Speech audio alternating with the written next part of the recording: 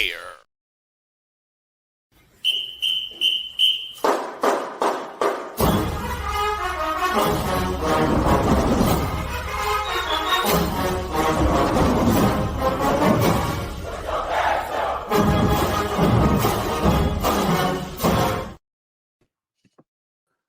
All right, welcome back to the ONG Strike Zone. And there you can see him, guest and friend of the program, none other than Coach Joe Henry, assistant head coach and offensive coordinator. Congratulations, Coach, on the promotion, and welcome back to the ONG Strike Zone. Bryan, I appreciate that. I'm excited to be here. I feel like we have a good time. I don't know about y'all, but I enjoy it every time I come. Absolutely, Coach. Absolutely. Well, hey, first off, the great news, the promotion, you're moving up. Congratulations. Talk a little bit about going through the process of that and just your thoughts. Thoughts. First off, very, very grateful to Coach Colsey. Very grateful to AD Sykes, President Robinson, Coach Simmons for giving me, the opportunity to come back a second time. I think it speaks a world of Coach Simmons, the fact that he brought me here with him from Prairie View. I was here for about a year and a half, a season, a full season, and then an off season in the spring. Gave me the opportunity to leave to go coach in the SEC for 3 seasons: Missouri in 19, Arkansas in 20, LSU in 21. And then after the 21 season, my phone's ringing and Coach Simmons wants me to come back. So, not every college football coach is gracious enough to allow you to go off, grow, venture out, spread your wings, and then, willing to bring you back. So I'm glad that he gave me that opportunity. But I'm fired up about being able to work with Coach Colsey. He's done a phenomenal job in his leadership role already, and we're excited to get spring cracking here in less than a week. Yes, indeed. Yes, indeed. As you can see, a lot of congratulations from Rattler Nation in the chat room. Kenya Sykes. I'm sure in a lot of places you are known as Grace's husband, Coach. So we keep it 100 around here, Coach. Got to, and I know my place. Love it. Mrs. Henry, great follow on Twitter as well. Big fan. We appreciate her for following the show as well. Okay, so the duties now being the assistant head coach and the OC. What does that entail for you compared to what you were, which was offensive coordinator / offensive line coach? Yes, sir. So the offensive line tag, that thing don't change. Those big boys, those are still my guys. Still yours. Okay, gotcha. We still got our hand in the dirt, and we're still doing all the blue collar work from inside out. So that piece won't change. I think the biggest change for us on the offensive side of the ball, and me specifically, is going to be that when Coach Simmons was here, he's an offensive-minded head football coach. And so now once Coach Simmons left, he's gone on. Coach Colsey is going to be on the defensive side of the ball. I'm the leader on our side of the ball, whereas Coach Simmons and I, we're sounding boards for each other. We were able to bounce ideas back and forth. I have on the current staff, I've been with Coach Simmons longer than anybody had. He was very diligent and very intentional, as was I in my leadership role as the offensive coordinator, about training myself for this day and preparing for the moment. I have a coffee mug that I drink out of every single day. And on it in big, bold white letters, it says "Like a Boss." And it's twofold for me. One, shout out to Rick Ross. And then two is it's a mindset. And that is that you are working for the job that you aspire to have. You're working for the job that is not the one today, but the one that you are aiming for, the one that is a step above. So it's just a subtle reminder for me that every day I step foot in the office I need to be approaching this thing as if I am fill in the blank. And that is always one step above where you are today. I talked about that intentional preparation, and that is, when you get in that chair, that can't be the first time that you think about these things that you're going to be in charge of. Coach Simmons and I worked hand in hand in the game planning process. And that goes both run game and pass game. We've had a lot of open and honest conversations, a lot of dialogue about, what that looks like for me moving forward. And, whether I got an opportunity to work out from under Coach Simmons, whether it's here at FAMU or whether it was elsewhere, because that's a reality in college football. And so he was very intentional about helping prepare me for those moments. You got to put yourself in those shoes. You got to put yourself in those situations. You have to think through those issues. Any type of problem comes up, you got to be solution oriented. I think that's a really big part of coaching. And so, any issue that we had, I would go to Coach Simmons and, hey, Coach, here's the problem. Here's 2 possible solutions. These are things that I've thought about, or, it's not going to work if we do this. We got told no. What's next? Now what? So I've already put myself in those situations and in that position consistently over the course of my career. So for me, this is just the next stepping stone. Maybe it's a little bit more in the limelight, so to speak, than things have been in the past. But that's not a challenge that is unwelcome. And I feel confident and that I have my career to this point. This is my 15th season to coach. So it's been a long time coming. I know I got the bald head. I look young, baby face, but I've been in it for a while now. And so I'm prepared for this moment. Nice. Well said. I like that mindset, like a boss. Go ahead, Kelvin. Coach, I know you still filling out a position or 2 on that side of the ball, particularly quarterback. You don't see that. Everybody wants to know what's happening with the quarterback.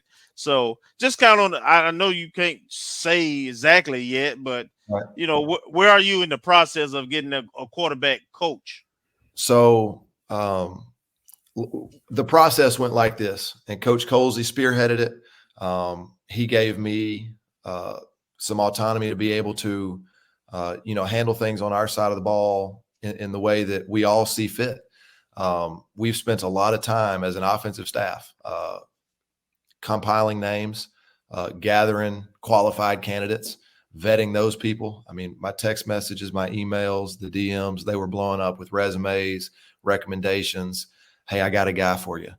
So we had to sort through it and navigate through that whole process. And it's not easy because there are a lot of people that you know and trust that have a guy that, hey, listen, I've worked with this guy. He's the man. Well, we had to be able to whittle that down. We ended up interviewing a number of candidates, which is time consuming. You got to major shout out to any operations people because just navigating the logistics of getting on a Zoom call with our whole staff. We got Coach Colsey. We had people, representatives from the defensive side of the ball.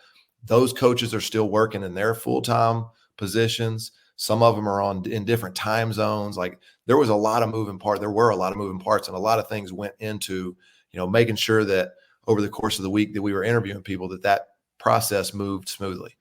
It did. We are extremely confident. We're moving forward with that. Rattler Nation, I think you'll be impressed. I think you'll be excited with our quarterback's coaching hire. Okay, Coach, and to piggyback off that, what are we trying to do in terms of camp? Camp is getting ready to start from an offensive standpoint. Yes, sir. What are you looking to put in? What do you want to accomplish? And what would be different, I guess, with you having a more prominent role now on that side of the ball? Yes, sir. So, and we talked about this briefly at 220 earlier today. Our process is pretty standard. You get done with the season, and then we do this deep dive into scouting ourselves. And whether we're looking at situations, we're looking at our different run schemes, we're looking at our different pass concepts, we're evaluating personnel, we're evaluating decision making, and we're evaluating coaching points and teaching styles. Nothing is exempt from going under the microscope. So we played the Celebration Bowl. We won the Celebration Bowl on December 16th through the month of December, all of January. Now here we are. We got a bonus day in February. So we get one more day to study, ourselves. That is our process, and it's proven tried and true. I'm a firm believer in if it ain't broke, don't fix it. So, there are things that we do really well. We're going to keep doing those things. There are some things that we've identified that we need to improve on, or things that for us, it's going to be a lot about details, and which means as coaches, that puts the burden on us to make sure that we're teaching as well as it can possibly be taught. Our coaches, myself included, we've made a bunch of phone calls. We have we've done our research. We have been very intentional about improving our process and making sure that the way that we're coaching our young men, the teaching points that we give them, the standards that we set, we're making sure that all of those are on point because we understand, we know the situation that we're in. We're not going to sneak up on anybody this year. There's a big target on our back. And so we got to make sure that we're doing everything in our power as coaches and as players alike to make sure that that gap we're looking at is not only maintained, not only sustained, but we're trying to widen that gap through spring ball. All right. Marcus, go ahead there. Good evening, Coach. I wanted to ask, and you detailed it a little bit earlier, with your playing experience in the SEC and then having gone on a three-year venture with three different SEC teams, to what degree or how do you balance the offensive style that you've learned under Coach Simmons and your personal playing experience and coaching experience in the SEC, and what that convergence looks like so you're for going the 2024 Rattler? I'm not asking for any schemes or any plays or anything like that, but I'm just curious how much of an influence. And I say that once just because in one of our preseason reviews, I think it was last year, maybe 2022 or 2023, 2022 when you first came back. Yes, sir. We kind of scouted, okay, what was the run game like at the stops that you had made before coming back to FAMU, and also the offensive line productivity. So it kind of get us prepared for you coming back in this role. Right. So big smile comes over my face when you ask that question, because that's part of the fun part. And that is Kendall Browse is a name that's recognizable around college football. He's led the FBS in scoring offense. He's produced Heisman Trophy winners in Robert Griffin III. So he does tempo better than anybody else in the country. So I'm able to pull that from my time with Kendall Browse. We have, I played and then I cut my teeth as a young coach under Bobby Petrino. He's known for his play calling prowess. He's known for explosive football, scoring consistently upwards of 32, 35, 37 points a game in the SEC, which is the toughest defensive league in the country. So, I'm able to take things that I learned as a player and as a coach with him. Our offensive coordinator at Mizzou is Derek Dooley. Our offensive coordinator at LSU was Jake Peets, and we had a very similar system to what they ran in 2019 when Joe Burrow was a quarterback and Joe Brady and Steve Ensminger were dialing it up, scoring 1 million points in a football game. So the fun part is I've had the opportunity to experience those. I've been inside the machine. I know what it takes. I know the rules of this particular scheme, and you know what? That'll fit up really well with our personnel. So let's incorporate that. So I'm able to pick, choose, and be very selective about incorporating elements of each one of those coaches' repertoires and kind of owning it and making our own. In addition, we have the way that we kind of systematically organize our offense. That was already in place. Coach Simmons has been working on that, and it's crazy because when he and I were together in 2015, his first head coaching job at Prairie View A&M, I was the tight ends coach there. And so on that inaugural staff, we led FCS in scoring offense. I think we finished 5th or 6th in yards per game. So we were averaging just under 45 points a game. The way that offense looked that year has just changed a little bit each year to the point where it's been through this metamorphosis that we don't even have but a couple of the same play calls as that year.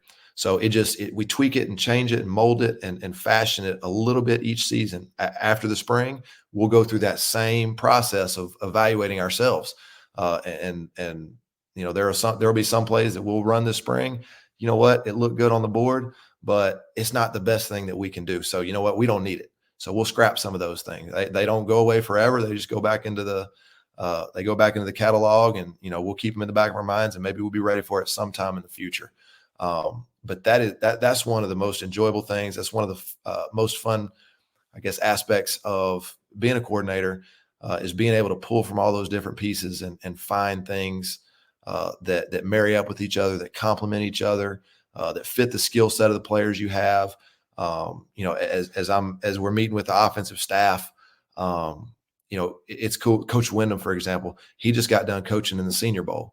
We were on the board today. We were talking about one of our red zone passing concepts. So he whips out his iPad, scrolls through, and he's like, well, this is what we did at Senior Bowl. So you know what? We're able to rely on his experience. Coach AC's coached big time ball. We've got coaches on our staff that have very, very credible experience. They've had success with these schemes, and it's cool because maybe he did it under this head coach.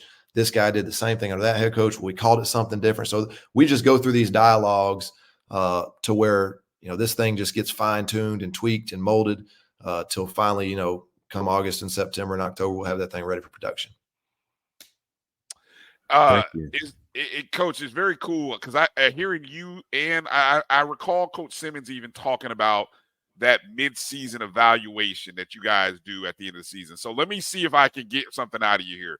Let's go back to 2022, the end of 22 season, going into the start of 23.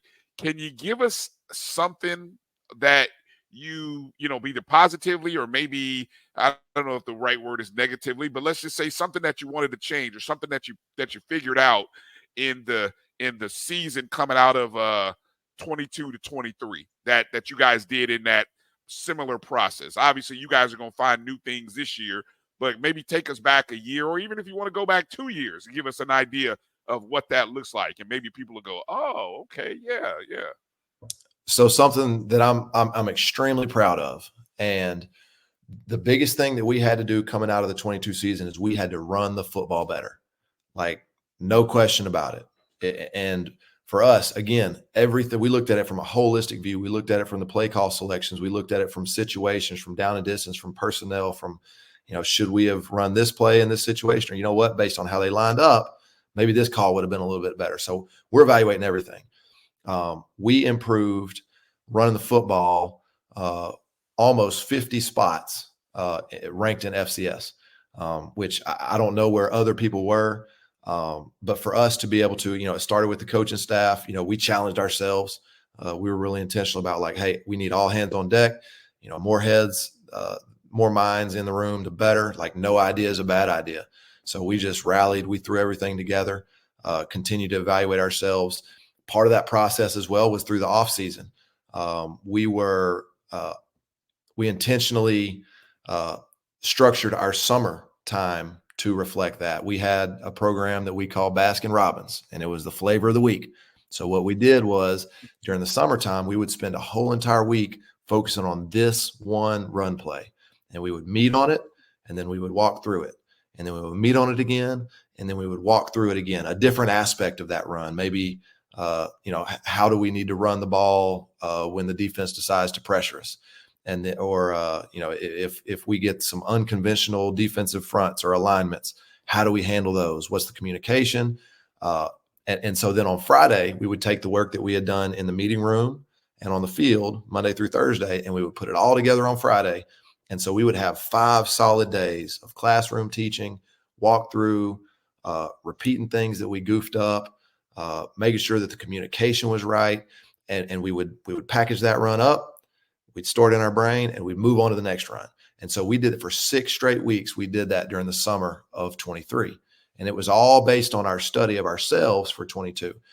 The coolest part about it was I remember specific instances during our championship push towards the end of the season where we would get off the field, and there would be, we call them unscouted looks. Say there was something that the defense did against us in that game that they had not put on film before. There's 100,000 different combinations of what they could possibly do. You could what if yourself till you're blue in the face. So as you're preparing during the course of the week, we call it chasing ghosts. You can't just say, well, they could do this, you can't what if yourself like that. You have to go off what they've put on film. So if you get an unscouted look, there was an opportunity for us. There were times where we would go on the sideline and say, guys, remember the third week of the Baskin-Robbins program this summer? Remember I got on one of you guys for doing that? That was the issue. And you know what? They were all able to reflect back on that. We had a common experience. We had worked on it in June, or we had worked on it in July. We were able to make that quick fix. And then we go back out there the next series and we rip an explosive run on it. So for me, you talk about growth, you talk about progress, you talk about fixing issues, solving problems. It's gratifying as a coach when you're able to put in all that work in December, in January, in February. It takes a lot of work as well to plan those meetings, to script the walkthroughs. The players are investing all their time in that. And we're able to recall that one instance from a June walkthrough that ends up helping you in November. Like that's a proud moment as a coach. It's a championship level moment as a player. And, that was something that you ask about, what do we need to fix? We had to get our run game cracking.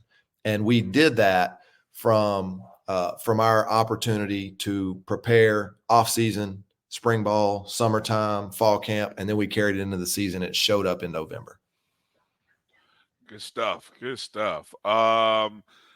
Marcus, Kelvin, I got, a lot of people chimed in with some questions in the chats or the emails. So if you guys got something you want to jump in, feel free. I'm gonna see if I'm gonna find a question or two from the people here, Coach.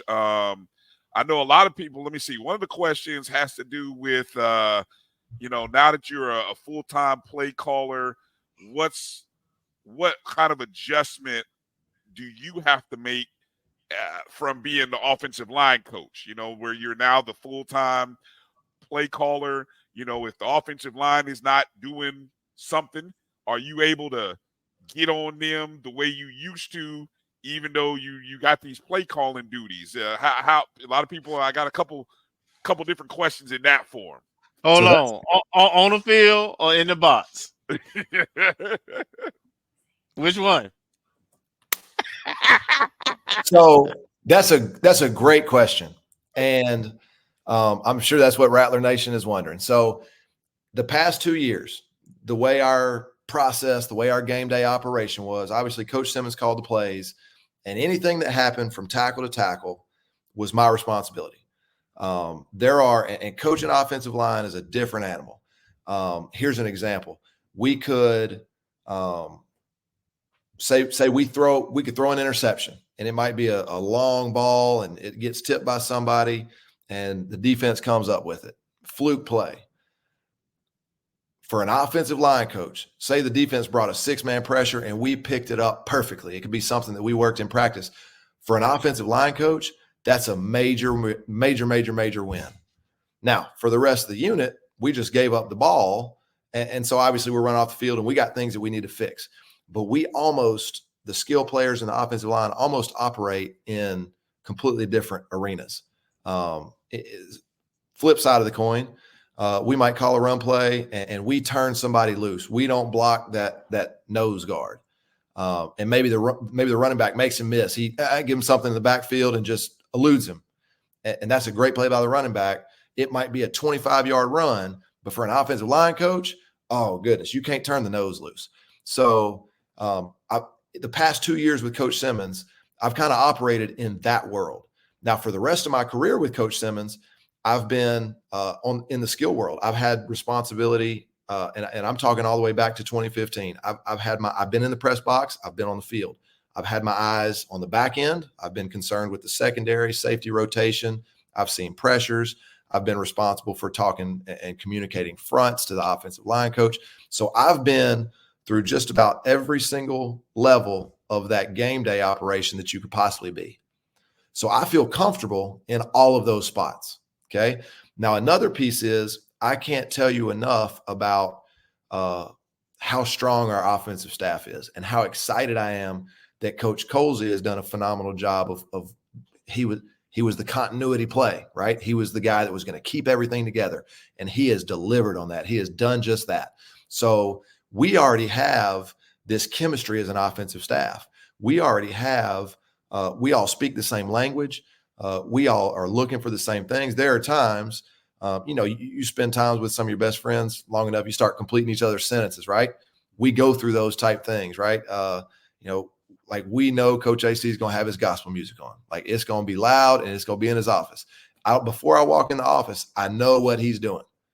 Coach Wyndham is going to have black or gray on. Like those are his colors. That's what he's wearing. And like I know these people intimately because we spend so much time with each other. Coach Casey he's probably going to be the loudest person on the practice field. He's going to be flying around. He's the youngest coach. He's going to be flying around with juice. He's going to be yelling. You'll hear him before you see him. So we know each other very closely. We all have great working relationships with each other. So what we have is we have a bunch of pieces right now. And our process as we go through spring, summer, and fall camp is we need to figure out where each person needs to be, who needs to be on the field, who needs to be in the box, whose eyes need to be on this side of the field, whose eyes need to be in this location. At the end of the day, there's this common phrase in coaching that I've heard a lot of people say, and it kind of makes my skin crawl. A lot of coaches will say when you get done with Thursday's practice, or maybe when you get to the destination of you're playing an away game on Friday afternoon, a lot of coaches will say the hay's in the barn. Okay. My opinion, I don't think you could be more wrong, right? We have to coach just as hard through our meetings and walkthroughs on Friday night. We'll have walkthroughs for our opening script on Saturday morning. Pre-game, we're still coaching. In-game, we're still coaching. Like we have to be live and active the whole entire time. And our coaches know that. Like that's the standard. That's the expectation. And that's what we do. For us, that's just standard operating procedures. That's nothing out of the ordinary. So we've got these great pieces in place. We need to identify, will we have to shuffle those pieces around? Absolutely. Right. But the continuity part is we know each other. We have been through, we've dug out some really close games that probably shouldn't have been so close. We've had to come from behind together. We've experienced adversity together. So we're able to lean on each other and rely on each other. We speak the same language. There is a trust factor between our staff that is important, and it can't be understated, and it can't go, without recognition. I love these guys, man. I trust them. They got my back. I got theirs, and we'll be ready to roll come fall. Awesome. All right. Good stuff. And again, what'd you say, Coach? Field or box? I'm sorry, I missed that answer. No, don't worry about it. I'm just kidding. You. He said he got to figure it out. We'll figure it out. I know. It's all good. All right. Here, I got a question here. Let me see. Jimmy Mack asked the following question. He said, in your offensive packages, is there a place for a dual threat QB?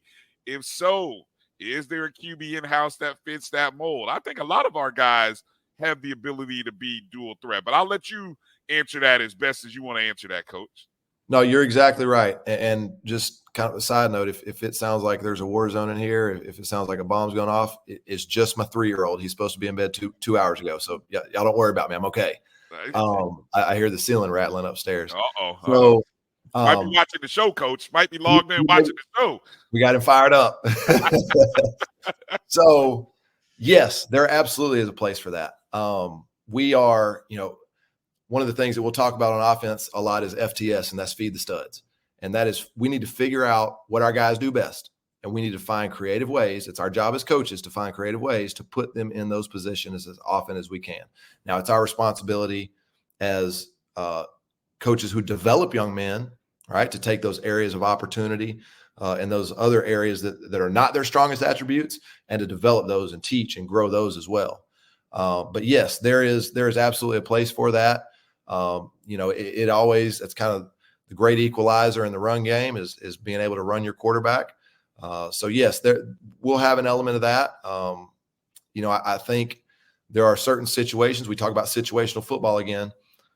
I don't want to run our quarterback 25 times a game. But there are times where, we're going to need him to pull that ball, and we're going to have to have some type of advantage run. And sometimes the ball is going to be in the quarterback's hand. Let's see. Marcus, again, Marcus, Kelvin, feel free as I'm going through some of the questions that people. So if you want to jump in with something that comes to mind, jump in here when we got Coach. I got one here for you while we're talking about quarterback play. EA asked, was your potential scheme call for I'm assuming LOS is line of scrimmage checks, where based on the alignment and adjustment with motion. I mean, how much freedom are you, and it may depend obviously on the quarterback, but how much freedom do you want to be able to give the quarterback at the line of scrimmage? That's a great question. We are that's something that we've done in the past. Just let's establish that. We have we gave Jeremy Musa. It really helps as a play caller, right? You don't have to make that exact perfect play call every time. I could tell the quarterback, we could signal in and say, hey, we want to run the ball strong. And it's his responsibility. A lot of times we'll give him an either or decision to make. We're either going to do this or we're going to do that. So it's not it's not the old days where you say, oh, the quarterback called his own number. Like it's not that where he's got the whole playbook open. But there are times where we'll give that guy, and I have implicit trust in our coaching staff to be able to prepare those young men for the looks that they're going to see. Yes, we will do that. We have done that in the past, and that won't change this year. All right. We call it advantage run checking. Advantage run checking. Okay. Let's see. Let me see. Everybody wants to talk about the quarterback, Coach. Hey, how fun is that for you? I think I told Coach Cozy this, and I think it's got to be exciting to come in sort of with a fresh opportunity. I think it's nerve-wracking, obviously, by the number of questions that Rattler Nation is asking. I know Rattler Nation is panicked about what we're going to do about quarterback because, look, we're going in with we had 2 years, excuse me, of Musa. Right. Did a great job, led us to a championship. Now we got something new. We got new coach, new OC, new quarterback. But talk about your excitement to be able to start this journey of your coaching career with a new quarterback. I mean, you got some good quarterbacks in the room. Let me jump in before Coach and add to that because the question I had ties into that a little bit. Coach, you got the luxury of a pretty experienced line returning and a lot of depth there. You got 2 out of your top 3 running backs returning, added a quality guy, so, and you got, tight ends, experience, guys who won championships already.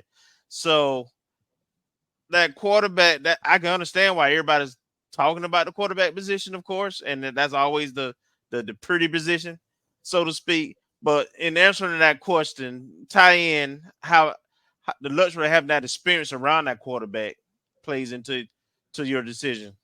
Absolutely. So for starters, a great offensive line is a quarterback's best friend because as long as we keep him upright and clean, he's going to have opportunities to make plays.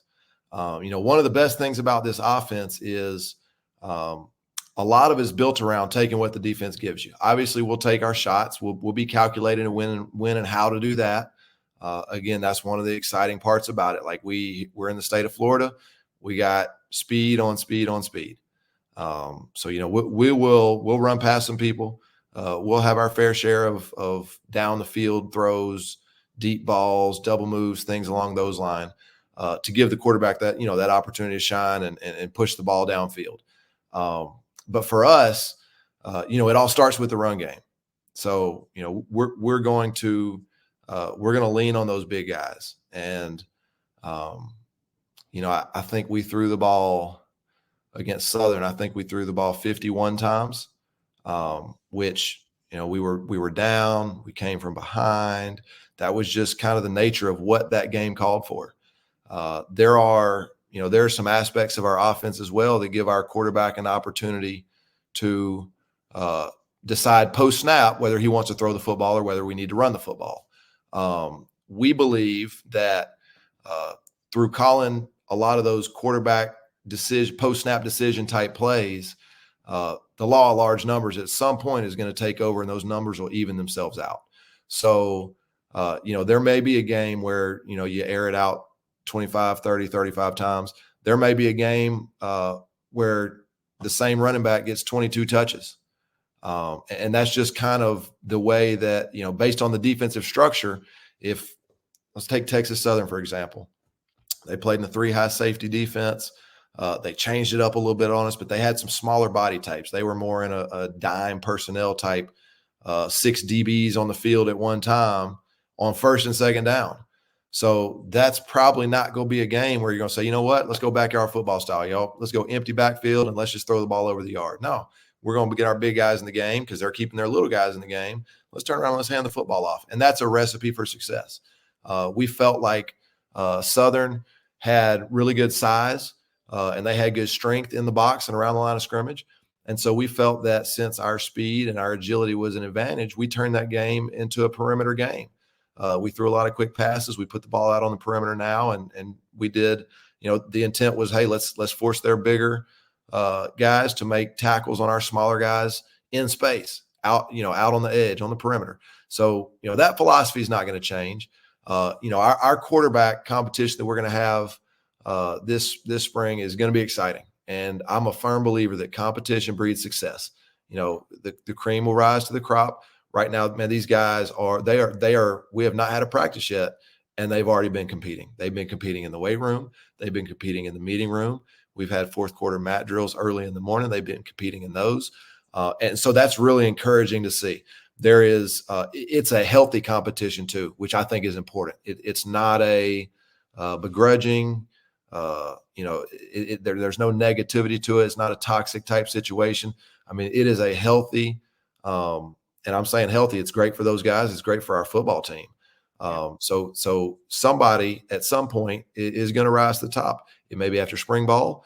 It may be halfway through fall camp. It may be sometime this summer. And our expectation is that these guys bring their best every day. And they have to. They're forced to, because they know if I don't, he is. And so that, therefore, now I've fallen a step behind. So that's part of the and it's not even pressure. It's excitement. It's expectation. And that's what these guys are bringing to the table. They're mature young men. You asked Kelvin about, new OC. Well, yes. All right. It'll be my first time to call plays this season. However, it's the same offense. We've got the same guys that are executing those plays. We've got the same position coaches that are coaching those guys. So we actually had a conversation today as an offensive staff about the level of excitement we have, because you've got a guy that's been coached by you for 2 years. Now you get more into you're beyond that initial level of what do I need to do, coach? Well, on this play, you need to do this. They know the assignment. They know that expectation. Now we're to the point of where we're fine-tuning these details. These guys are starting to understand the why. We're beyond the what, we're beyond the how.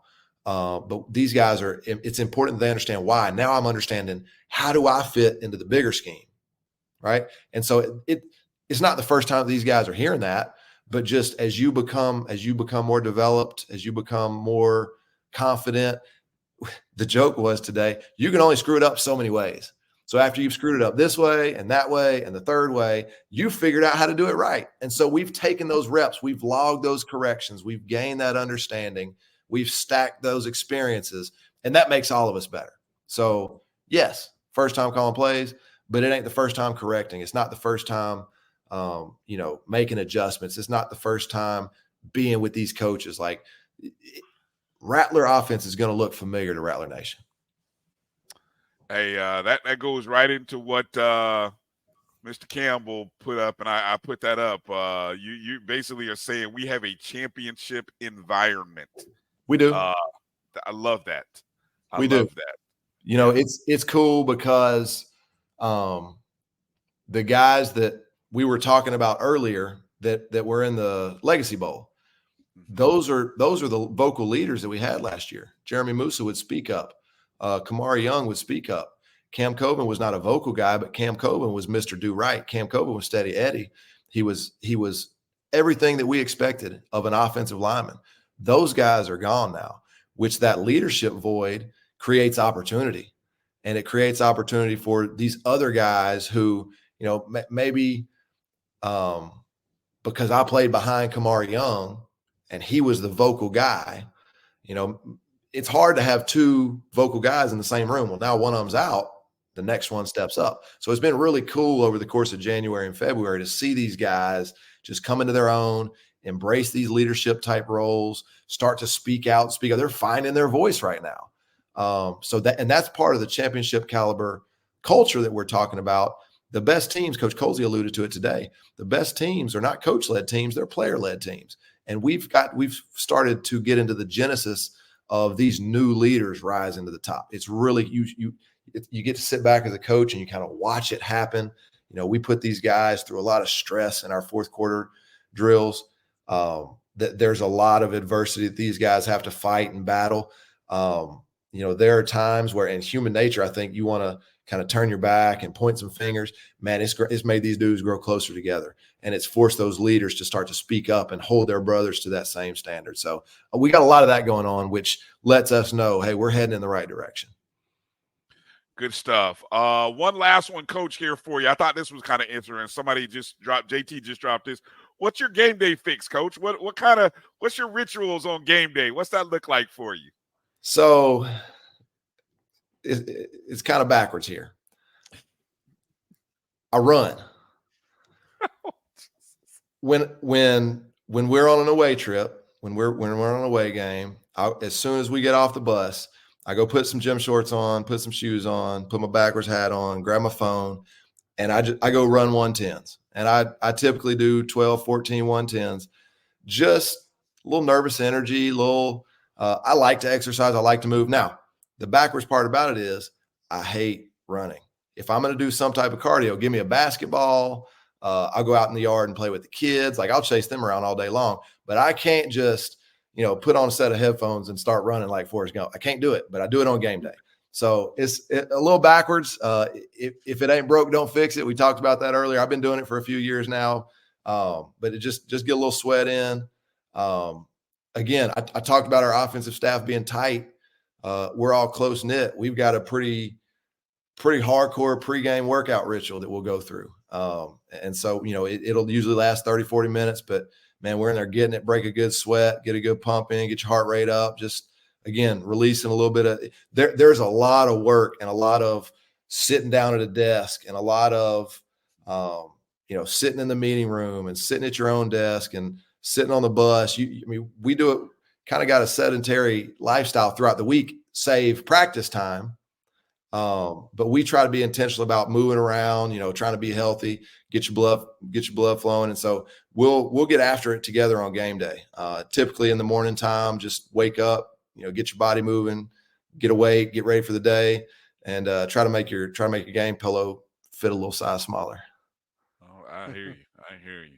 All right. Well, hey, Coach, I hope we gave you enough questions. I know you didn't get as many as you were expecting at the 220 Club luncheon today. So we tried to fill in the void for you. And we appreciate Rattler Nation, everybody who sent emails and tweets and the folks in the chat room. Hopefully we gave you guys a good taste of what Coach Henry, but also what to expect for this upcoming spring and summer and even into the fall. Coach, I'm going to give you the last word. Any last words that you want to share with us before we end our time with you tonight? For you guys, let's do it again sometime soon. Maybe after spring, summertime, preseason. Once the season kicks up, the thing gets a little hectic, but I'd love to be on again soon. Rattler Nation, appreciate the support, appreciate the love. We can't do what we do without y'all. It's important that y'all know that, we are not satisfied with a championship last year. The standard has been set. We understand what it takes to get there. All right. And as coaches, as players, as an organization, and I'm saying everybody, including video, athletic training, equipment, recruiting, all hands on deck. We are working our tails off to ensure that we make you proud. We're working our tails off to make sure that we return to the same level of success that we had last year. And just know that we are hungrier than ever to keep playing football into late December. We appreciate you. We love you. My family feels the love and the appreciation. That it's important that y'all know that, because that's a really big deal. We talk a lot. about being a family. And we feel that, and we appreciate that. The recruits feel it. The players feel it. Our families feel it. We're going to get another one together. Well said, Coach. Appreciate you. Appreciate your time tonight. Thank you to you and your family. You guys be well. And we look for we definitely want to run back the conversation and kind of do some post spring game evaluation conversation talk with you. Okay. That'd be great. All right. Ladies and gentlemen, there's the Twitter handle right there at Coach Ken 501. Make sure you send Coach hello, thank you for coming on the show, talking to him. And I'm sure if you guys, any question that I didn't get to or that we didn't get to, I'm sure if you throw it in the Twitter handle or the X handle, maybe Coach on some downtime, he might be able to hit you back. He might do that. Hey, thanks, Coach. Thanks for your time tonight.